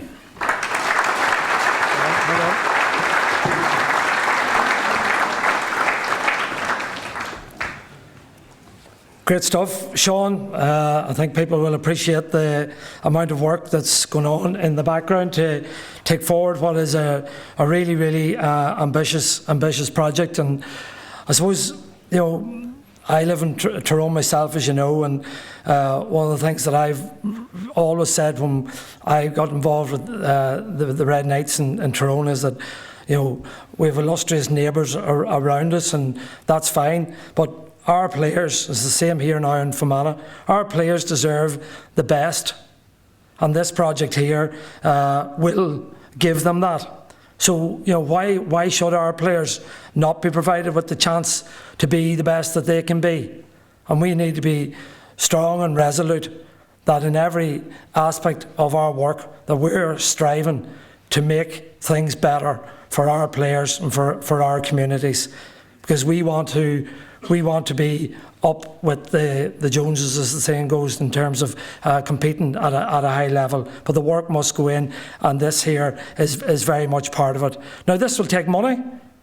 Sean has alluded to that. This will take a significant amount of money, and there's a lot of positive engagement going on, and Sean has went through the various organisations that we're working with. But I suppose my role as the new commercial manager in the county, I'm in it 3 months now, and there's been really, really positive engagement that I've had with a number of people and families and businesses, really, really positive, which highlights that, you know, people are prepared to row in behind projects such as this, and projects such as what Stephen and Teresa alluded to in terms of coaching and games. But it'll take a significant amount of time to get round all the club areas. So I suppose what I'm maybe saying to you tonight is I'll take any help I can get. And if anybody in this room can help me in any way, shape or form, you know, feel free to approach me. Don't wait for me to come to you. I will get to you in due course, but feel free to come to me. And, you know, if you can, there's so many ways that you can support us, and any amount of money is very welcome. You know, the lotto, you can do the lotto for £1 a week, or you can do £2 or £3 or £4 or £5 a week, whatever you want, whatever you can afford, and we respect that. Whatever you can afford as individuals, do to the Club Area Lotto, or else you can become a Club Area member at 500, Club Area patron at 1,000, or a premium supporter at 5,000 a year, or we can talk to you about any other amount in between or above that as well. But for a project like this, if we're serious on delivering it, we will need financial support from individuals, families and businesses. So my appeal to you tonight is contact me if you can help me in any way, or contact Sean Burns if you can help us in any way to get the money in place to achieve our dreams. So thank you, and please maybe note that for the weeks and months ahead. And conscious of time, we're probably going to have to keep this second fireside chat a bit shorter than anticipated. But we wanted to have a quick chat about volunteering, demographics and integration. So I would like to ask Kieran McMahon, who's the Vice Chair of Fermanagh GAA, Anita Keogh, who's the Fermanagh GAA Safeguarding Officer, and Brian Haggerty, the Chairman of Inniskill and Gales, to come forward for a brief chat about those issues that I've mentioned. So give them a round of applause as they come forward, please.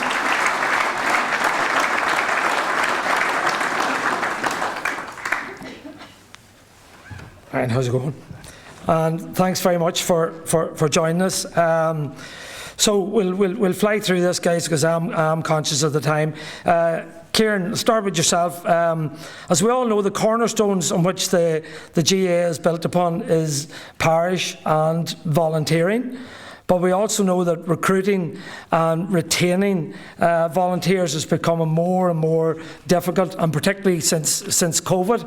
And I'm wondering, can you give us an insight as to what you believe is hindering that recruitment of volunteers?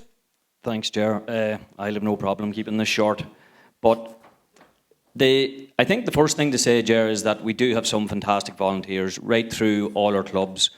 And if we are going to implement this plan, we're going to need a lot more. And hopefully the people that's in the room, because there's a lot of club volunteers here today, go out this afternoon, re-energised, and hopefully we'll get more in. But there are challenges there for volunteers. Look, at a lot of people live very busy lives, and there's a lot of things challenging their time. But we also have to understand that the responsibilities people take on now when they become a volunteer of a club, there's a lot more responsibilities put on them, maybe more, and that's putting people off. I think it's challenging them. But obviously we now need to support them, guide them, and make sure that they feel comfortable in the roles that they're taking on. And I think one of the biggest things that we can do as clubs is to make sure people can get out. You know, nobody will come into your club and take on a job if they're going to feel trapped. So we need to make sure when they've done their job and they feel they need a time out, they'll give them the time out and they'll come back to the club in a year or two, re-energised again, and hopefully they can do other roles. But I think that's a very important part of volunteering, is you come in, do your job, and you can get a sense of satisfaction of achievement as well by doing it that way.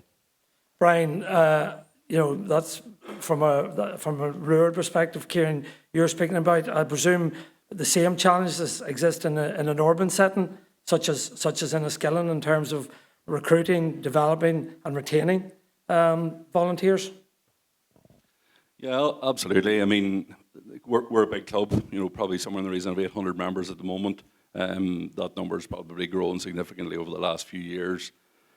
And while we have a huge number of kids involved, certainly from my perspective sitting as chair, there's nowhere near the number of people involved that I feel should be. Like I would have seen it from whenever I was involved in Ederney, you know, there was that culture of drop off the kid and they go to the session, the coach looks after them.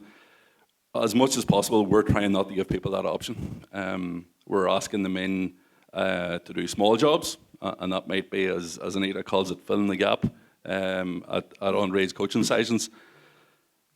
And there's an awful lot of people involved in Enniskillen Gaels that are like me. You know, I'm from Ederney. I'm married, living in town here. My 3 boys are involved. But it's that sense of ownership then that you get when you actually step forward, and whenever that sense of belonging. So that's the key bit, I think, from... Yeah, and is there a fear, do you think, you know, of in those people that you're trying to recruit, that, you know, one, that they won't be supported when they come in, and two, that they will be expected to deliver more and more, which in turn leads to burnout? Or are the support structures there? No, the support structures are there. You know, I like to think it's well enough led at this stage. It's probably that they don't feel that they don't feel that they want to step forward. That they maybe feel that they've nothing to offer.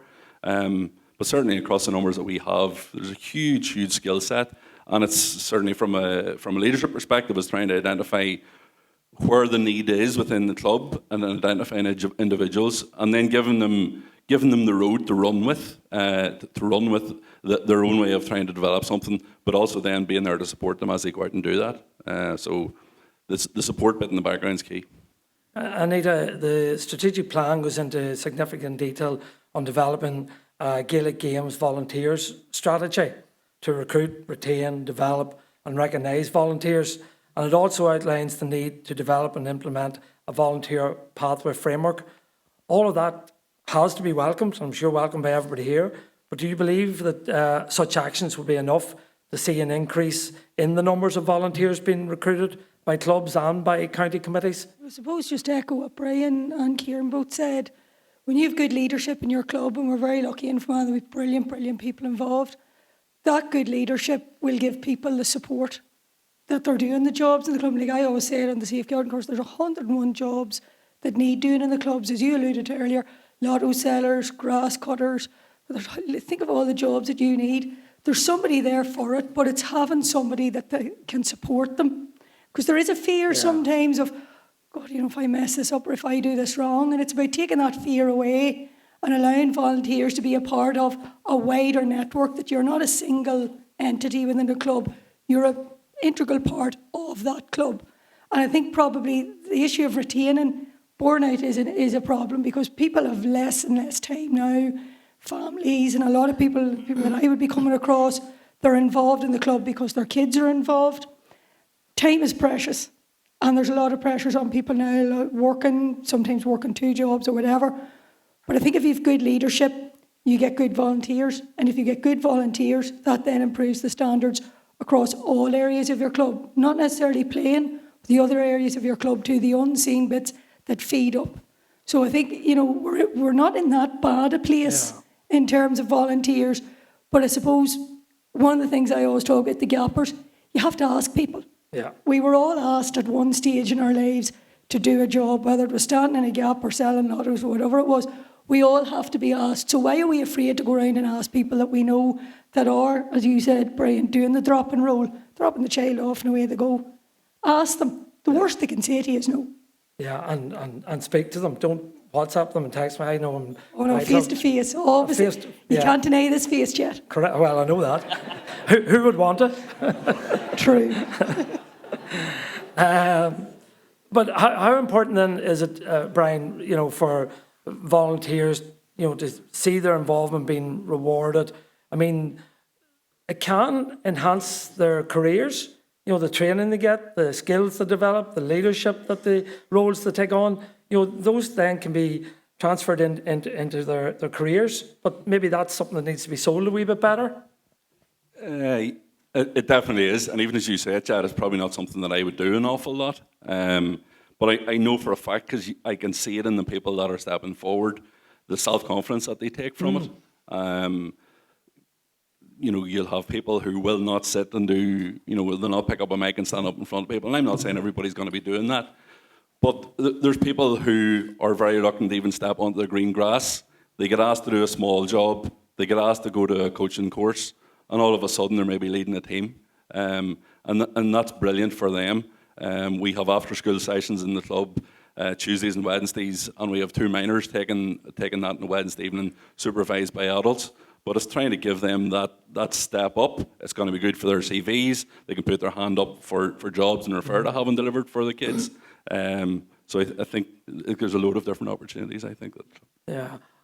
Skipping on then to look at demographics, I'm sure by now everyone is aware after the GAA publication of the No One Shouted Stop Until Now report, which highlighted severe structural crisis for the GAA coming down the track, if it's not already with us in some areas. I was looking through some aspects of it today, and the report highlighted that 78% of GAA clubs are based in rural areas with declining populations, while towns and cities face massive overcapacity, which in totality brings huge challenges for both rural and urban clubs. And locally, Fermanagh have one of the smallest youth populations in Ireland. And the other thing I noted as well, the Fermanagh's Go Games age population of 6 to 11-year-olds could decline to 83% of 2022 levels by 2040. All of those things are startling. So I suppose it's different for rural and urban, and we have representatives from rural and urban clubs here. But I wonder at the outset, and I'll open it up to the three of you, where's the biggest challenge? Is it rural or is it urban? Is it the fact that rural's declining and the impact of that, or is it that urban's getting bigger and bigger and you don't have the facilities or the numbers of people to facilitate the demand? So I'll throw that to... I'll go rural first and look at Lisbon, where we are with the hurling. We are really struggling for numbers, and we see the increased number of sanctions of players, and we did have Nivedon, created themselves. The Knox are back, Benlilek at underage, Edna, Balik. But it's about retaining them numbers, and I suppose we know that the numbers are falling. We know that families are smaller across the board. So every player that we have, it's about keeping that child and making sure that they feel a part of something, that they feel a part of the club, they feel a part of the group, and that will encourage them to go on. I talk about my big thing this year is the growth of the club. Where does love for the club come from with children? It comes from a very, very early age, and it stays with them all the way through. And if you can retain those players, the Toms, for those who have done the safeguarding, they'll do jobs for you further on. Might not be playing, but they'll do jobs for you. But I suppose from a rural point of view, when you look at what Fermanagh are doing, we have 2 amalgamated clubs this year. We're reducing the number per side in some of the underage competitions. And it was interesting listening to Stephen and Teresa's ideas of how we're going to move forward with the games programme. We're going to have to think outside the box there. So from a rural point of view, the problems are there. They're not just there within the GAA. Talk about the rural communities, schools. There's big changes coming down the road, and that's going to have a direct impact then on the clubs, the stripping away of small communities. So I think from a rural perspective, the challenges that we face are very different to the challenges that Brian and the urban clubs are going to face. Kieran, have you anything to add to that? Well, again, from a rural club, so I would reiterate a lot of what Anita was saying there, but there's also another challenge in it, I think, that, you know, the GAA has been built up on playing from the area that you're from or where you belong to. Yeah. But what we have now is a lot of people are residing in an area they don't belong to. And that is bringing a slight challenge to how our clubs are structured. And I know that from speaking from our own club's perspective, I'd say nearly half of our senior team reside in Maguire's Bridge now, because that's where the houses were. But up until now, we've done okay.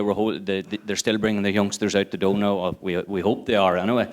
But that is the challenge. And again, it's a challenge to us, but it's also a challenge then to Maguire's Bridge, because they are getting houses, but maybe not getting the players. So there's going to have to be a lot of work done on that.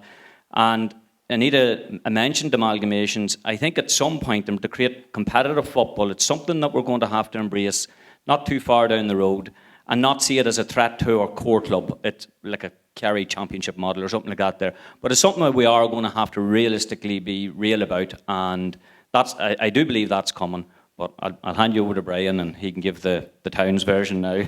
Yeah, well, and look, at an Ederney man, and I don't mean that in any slight, but, you know, living in Enniskillen and chairman of the club, so you're well positioned to speak on it. I suppose, like, I've seen it from both sides. Like, I was secretary in Ederney for 5 years. I was chair for 5 years. You know, Ederney, born and bred, played all my football in Ederney, and we would have seen the struggle that we would have had at times to try and put teams out in pitches with fairly low and tight numbers, with lads playing up in terms of various age grades.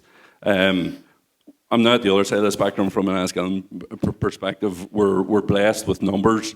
What I would say, well, the caveat I suppose I would have to that is, I don't think we were there numbers-wise a very short time ago. And I think it took, I suppose it took the right people stepping forward to try and manage and drive the thing and own it and take a bit of responsibility to be invested in it, you know. So the result of that is we have seen really significant growth in our numbers, both at boys and girls, and it's brilliant to see that it's not at one particular area or age group. You're starting to see those age groups come up through now. I mean, for example, 2 years ago, we had 5 under-12 teams. We have 3 under-14 boys teams there at the minute. And the biggest challenge for us, and especially the way the weather has been this last, you know, is facilities.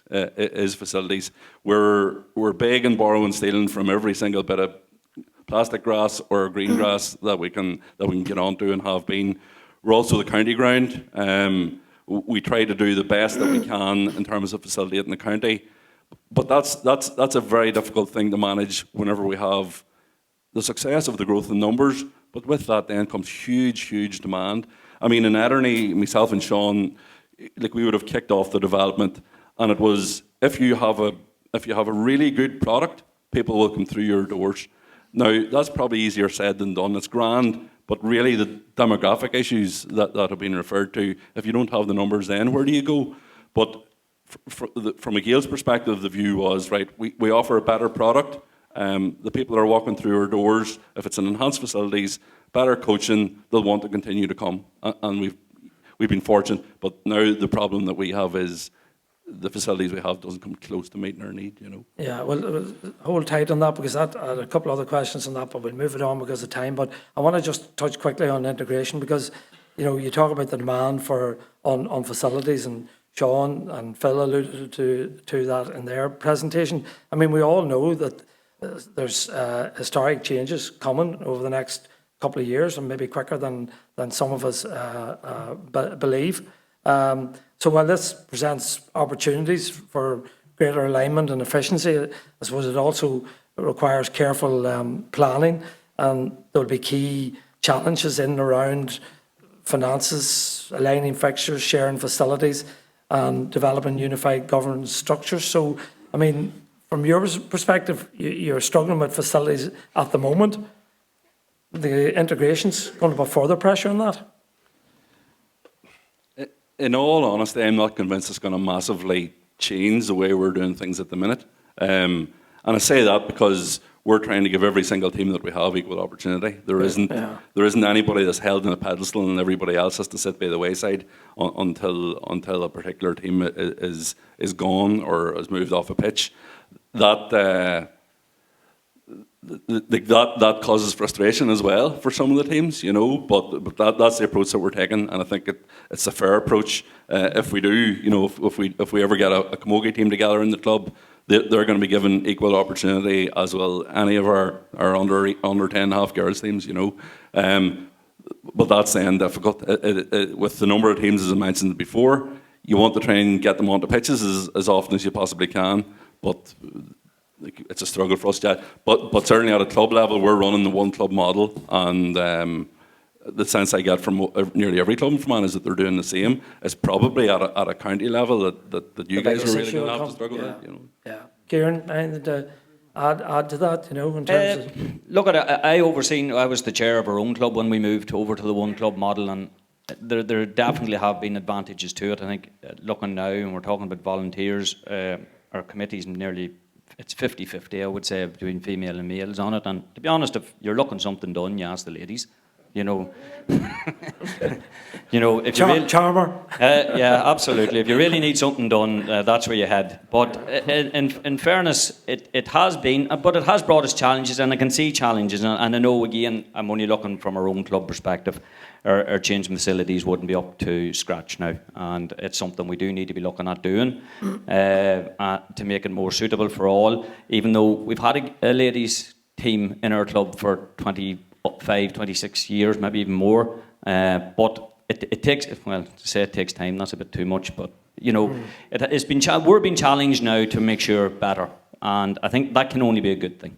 Yeah, personally, I think it's a great thing, and I think the governance elements of it will be sorted out relatively quickly and fairly easily, because there's been so much good work that's been going on over the last 2-3 years, and Charlotte might allude to that in due course. But Anita, you've played ladies football. What's your thoughts on integration? I suppose it's back to Brian's point. I think maybe from a club level there will be enhancements needed, but at a county level, and you take on board what Sean said about facilities, I mean, and equality, that will put pressure on. One of the things I will say is Fermanagh should be applauded for having got a female coach into Mount Lourdes as well, which was a very positive sign for the young girls in Mount Lourdes and in the county, that Fermanagh GAA as a whole, not LGFA versus GAA, but that Fermanagh GAA as a whole are taking the role of integration quite seriously.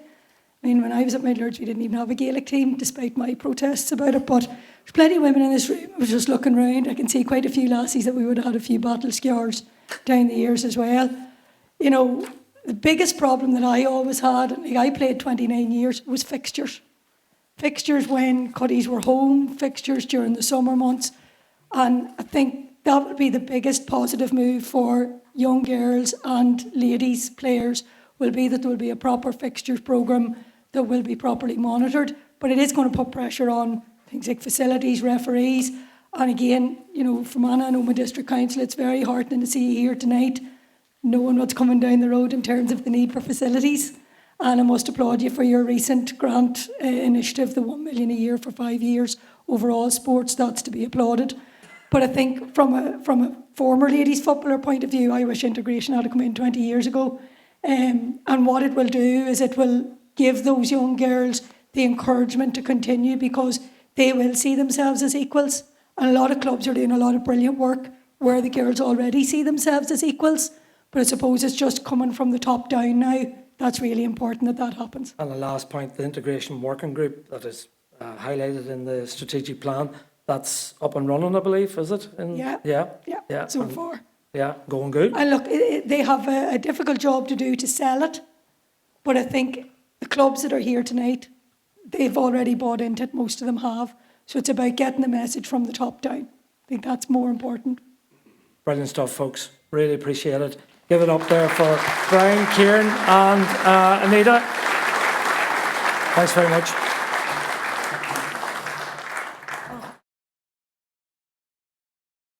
It's my great pleasure to introduce our keynote speaker this evening, a man I've known for a long number of years, the President of the Gaelic Athletic Association, Jarlath Burns. Jarlath is someone who has dedicated his life to Gaelic games, both on and off the field, and he continues to be a passionate voice for the future of our association, our clubs and our communities.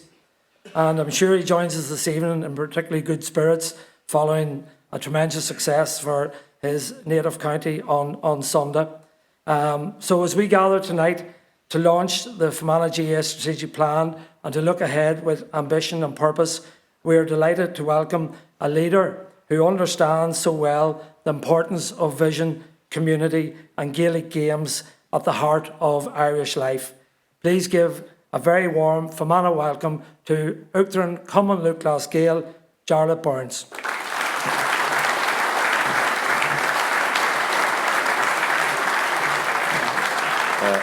Fermanagh Jet, Ríniús ar fadar an Kiddle she spoil my ear we has to go live my yard and Curry Hockton shot Gilanchel and Stratasha.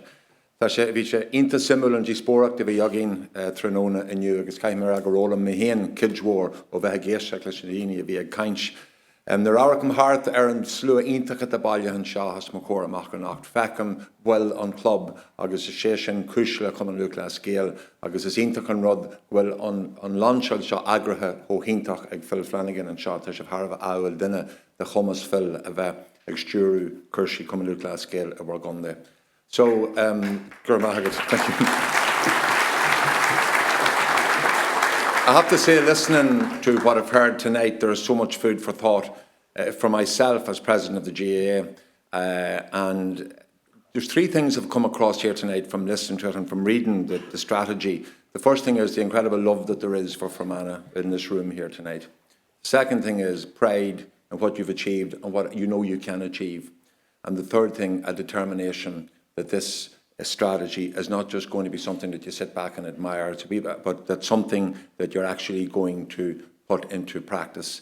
And I know in my own club, we opened up, it reminds me a wee bit of a gym, that we opened up a gym this year, and we had £20 membership, or you could pay, I think it's £150 for the year.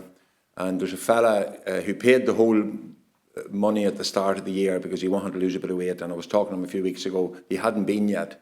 And he had put on a stone, and I said to him, with all of the money you paid, he says, yeah, I paid all the money, he says, but it turns out you have to turn up if you're going to actually, and it's a wee bit like this, it's not enough just to have the strategic plan, the work now starts.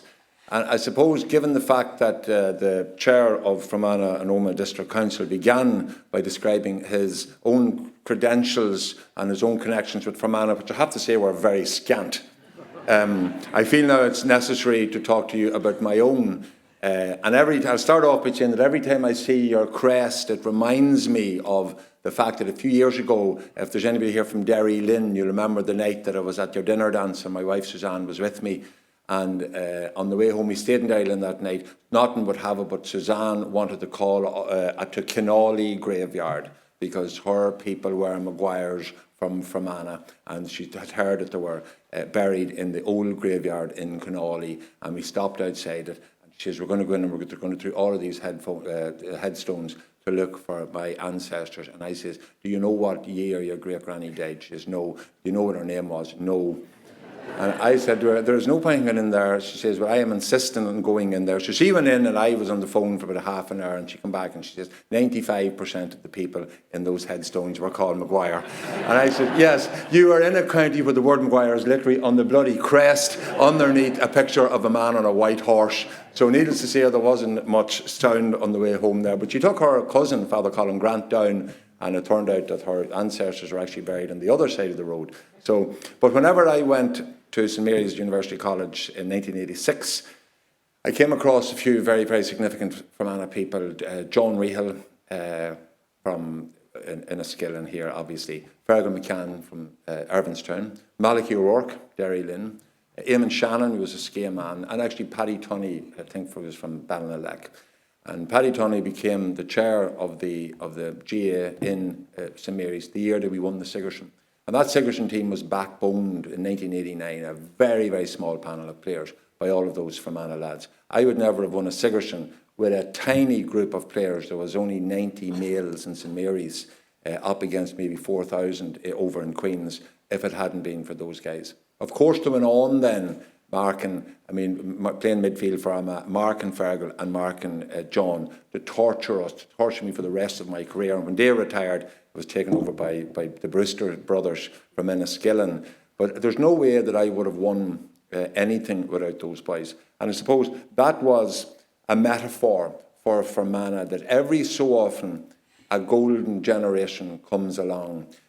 I listen very carefully what Ronan said, and I thought that, you're right, Ronan, I agree with you about the Ulster Championship, putting the likes of Fermanagh out against Tyrone. There's a massive challenge for you there. But you shouldn't beat yourselves up over that. There are 35,000, according to the 21 census, 35,000 people who, let's say, would be sympathetic to the GAA in this county. There are 138,000 in Tyrone.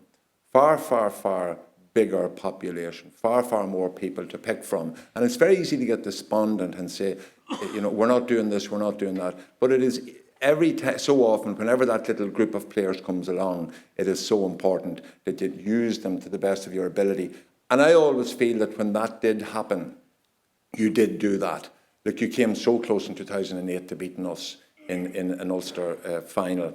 If you remember 1993, I was playing that day when you come back from 8 down, I think it was in Enniskillen, and the following week, and the athletic grounds, you had us beaten, and Dennis Hollywood come on, and it was just a freak result that we ended up beating you. But every time Fermanagh has had that group of players that came along, I feel you always used them to the best of your ability and squeezed everything that you got out of them.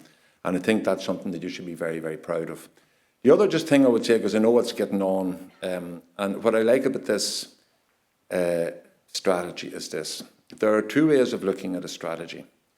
A strategy happens whenever you are going along in your life all day, and at the beginning of every year you put out your fixtures, you work out who your referees are, you will get ready for score, you will get your championship fixtures done out, you will run your county team, you'll run your development squads, you'll then get all of your minor managers, you'll work out your hurling stuff, you'll do all of the things that you have to do, and you'll organise your county board meetings.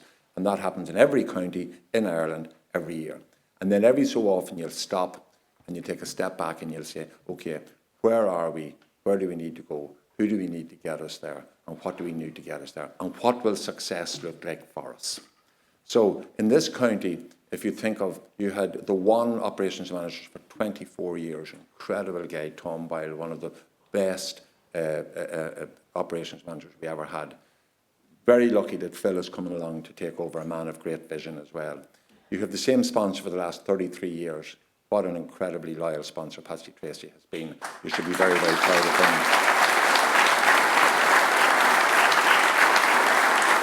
But there's two things that you should look for in a strategy, and something I will always look for, and it's this.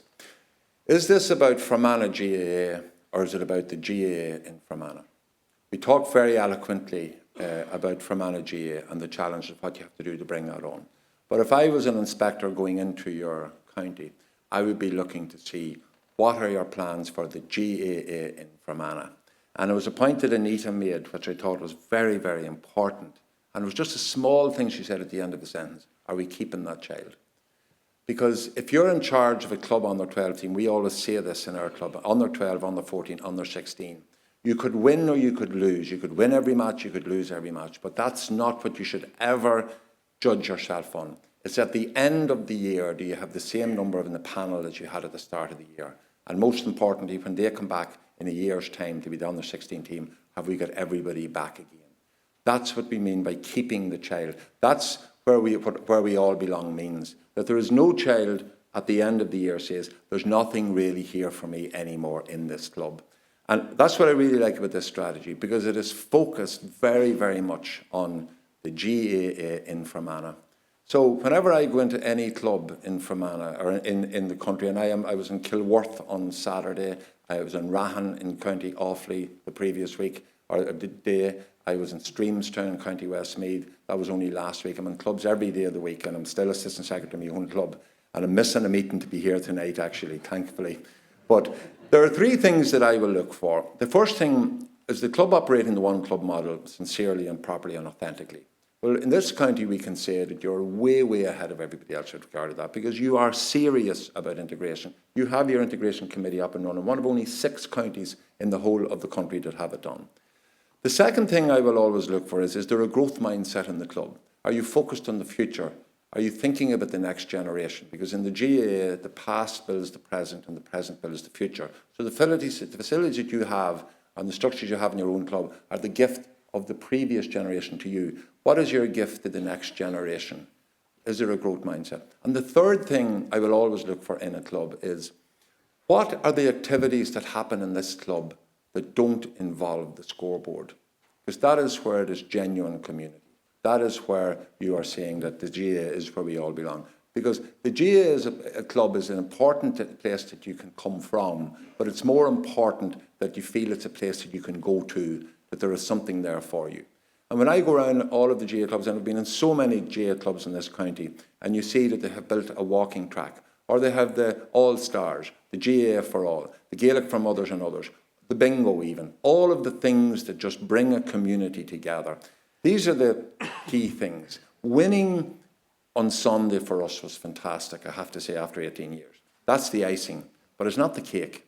The cake are the things that we do in the GAA, day in, day out, just to improve the lives of people. And that's why all of you people are here tonight as volunteers, because you are committed to your own community. That's what the GAA is about. It's about love of place, loving where we are from, and trying to make the GAA a place where everybody in our community can be a part of it. So, in 2030, when we come back, what will this look like? It is very hard for me to say, but the person who I have taken my inspiration from as Ardhowen Cumann Scale as the last 6 county president we had, a man from Timor in this county, and he achieved an awful lot when he was president of the GAA. But I feel that his greatest achievement came after that, whenever he drove and wrote the GAA Strategic Review. And we are still benefiting from the vision that he had in that. He gave up his entire Christmas in 2003 to get it finished, so we'll be ready for a special Congress in January. And that was Peter Quinn, a man that you should all be very, very proud of because of what he contributed as president and even thereafter. So Fermanagh people... The Fermanagh people have a record of delivering on strategy. And if you take your inspiration from him, there is no doubt that this will be a success. I just want to make one final point, and it's about resources. And I know that Sean, your presentation was outstanding, fantastic, and I fully support it. And every county I go into will make the same argument as yourself. If I'm in Dublin, I was in Spawell a couple of weeks ago, they bought new ground, not for the county, but for the club, 7 million. It's going to cost about 17 million to do it up. I'm constantly getting emails from Brendan Waters of our demographics committee saying we need to invest more in Dublin because of the population rise that's there. I'm so sorry. So sorry about that. The GAA brings in, last year brought in 95 million. And I'll just quickly break that down for you. 46 million came through the turnstiles, about half of it. 24 million came from commercial sponsorship and broadcasting. 14 million came through Croke Park and the economic drive of that. And 11 million came from grants. So over half of our money comes from sponsorship, from income not generated through the turnstiles. Now, the way we spend that, we spend 12 million every year on infrastructure. 12 million is not enough. Now, I just want to take you to remember the point that half of our income is not through the turnstiles. It is incumbent on me as GAA president to try and maximise whatever income we can get for the association. Half of our income doesn't come from through the turnstiles. But we could only have 12 million to spend on infrastructure. It's a very small amount. You will get $1 million for Ashwoods. That's what you will get. In a few years' time, for phase 2, you'll probably get another $1 million. You're very lucky you already have Brewster Park. There's a lot of counties building their stadiums at the minute, like Walsh Park, like Park Talsheen, like Louth, all up along that east coast. They're talking about multiple millions. They're talking about 30, 40 million to build that. You're very lucky you're not into that sort of stuff. But my final act as president is this.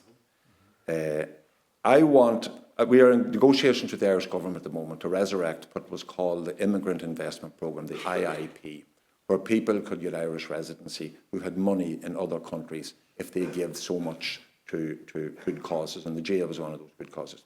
Now, that got a bad name at the Irish government because there was people coming in of ill repute who were spending money, and there was people from Asia coming in. We have spent the last year and a half tailoring that perfectly to the government, and we've already presented the government 3 times to try and get that back as the Irish philanthropic, and it's interesting you use that word there, Sean.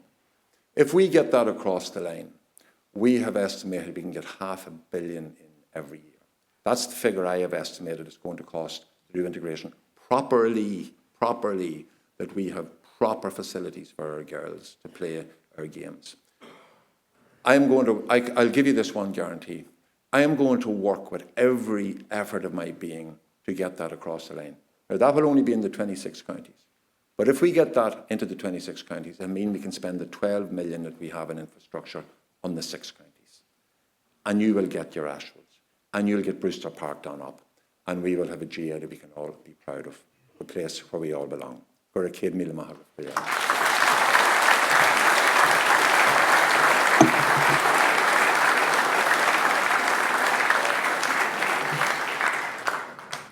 Thank you very much, Charlotte. It's a very positive note to end on. So thank you for coming along and for your wonderful insight and your positive words of encouragement. We really do appreciate your presence here tonight.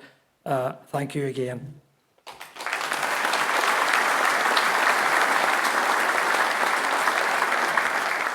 Tell Suzanne, by the way, I always knew she had good breeding on her. Right, folks, to conclude, I believe you'll all agree tonight has been a hugely positive and important occasion for Fermanagh GAA. However, the launch of our strategic plan, as people have said tonight, is not the end of a process. It's the beginning of a journey built around ambition, honesty, unity, and a shared determination to move our county forward together. The 89 actions contained within this plan represent real opportunities to strengthen every aspect of our organisation, from supporting our clubs and communities to developing our games, our facilities, our volunteers and our people. This is a critical but incredibly exciting time for Fermanagh GAA. Across our county, there is energy, pride and a real appetite to build something special together. We know there will be challenges ahead, but there's also a belief that by working collectively and staying focused on our shared goals, we can create a lasting progress for future generations. Success will not come from words on a page alone. It will come from the commitment, passion and leadership of people right across Fermanagh. I want to sincerely thank the more than 200 people from the clubs across our county who cared enough to join us tonight. I also want to thank again Charlotte, Gareth and Barry for their words of support and encouragement, and also Alison and John from FODC for your interest and attendance. All your presence here tonight sends a powerful message about the strength of our GAA community and the belief that exists in the future of Fermanagh GAA. This strategic plan belongs to all of us, and its success will depend on all of us playing our part, whether as players, coaches, volunteers, administrators, supporters, or community leaders. Everyone has a key role to play. And I firmly believe that if we embrace this opportunity together, there's no reason why Fermanagh cannot become a county admired across Ireland for how we conduct our business, how we support our clubs and communities, and how we foster pride in who we are and what we stand for. The work starts now, and together we can make this vision a reality. Thank you and good night.